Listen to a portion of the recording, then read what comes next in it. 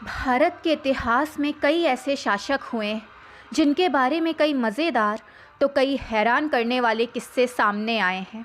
ऐसे ही दिल्ली के सुल्तानों में से एक है कुतुबुद्दीन मुबारक खिलजी। वो दिल्ली सल्तनत के खिलजी वंश का शासक था।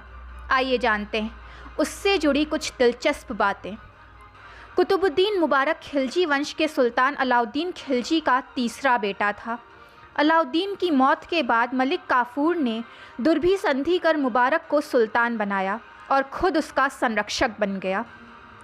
कुछ दिन बाद मलिक काफूर खुद सुल्तान बनने का ख्वाब देखने लगा और अलाउद्दीन के सारे बेटों को बंदी बनाया और उन्हें अंधा कर दिया। मुबारक खिलजी किसी तरह बंदीगृह से भाग गया। मलिक काफूर के दुश्मनों ने उसकी हत्या कर दी।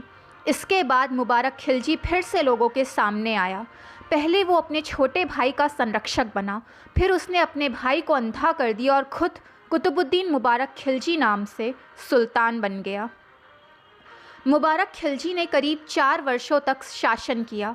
उसके शासनकाल में पूरे देश में शांति रही, लेकिन गुजरात के सूबेदार ज़फ़र खां ने उसके खिलाफ विद्रोह कर दिया। मुबारक ने उसका दमन कर दिया। देवगिरी के शासक ने विरोध किया तो उसकी हत्या करवा दी गई। देवगिरी में वो विशाल मस्जिद बनवाकर दिल्ली लौट आया। इन सारी जीतें मुबारक खिलजी के दिमाग में चढ़ गईं। वो हर वक्त शराब और लड़कियों में अपना वक्त गंवाने लगा।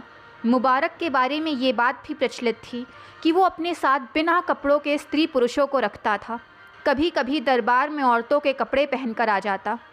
जियाउद्दीन बरनी के मुताबिक मुबारक खिलजी कभी कभी निर्वस्त्र होकर दरबारियों के बीच दौड़ने भी लगता था। मुबारक खिलजी ने अपने शासनकाल में कुछ अच्छे काम भी किए। उसने राजनीतिक बंदियों को मुक्त करवाया, साथ ही सैनिकों के 6 महीने का वेतन पहले से देने लगा। विद्वानों और कुछ खास लोगों की छीनी हुई जागीरें भी उसने वापस लौटा दी।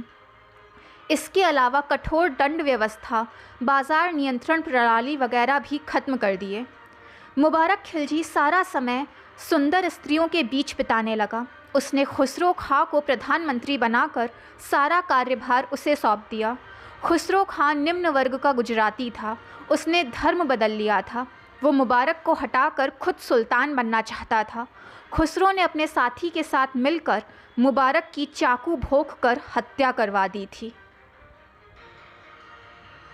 दोस्तों, कहानी पसंद आए तो चैनल को लाइक, सब्सक्राइब एंड शेयर करें ताकि चैनल की नोटिफिकेशंस आपको मिलती रहें।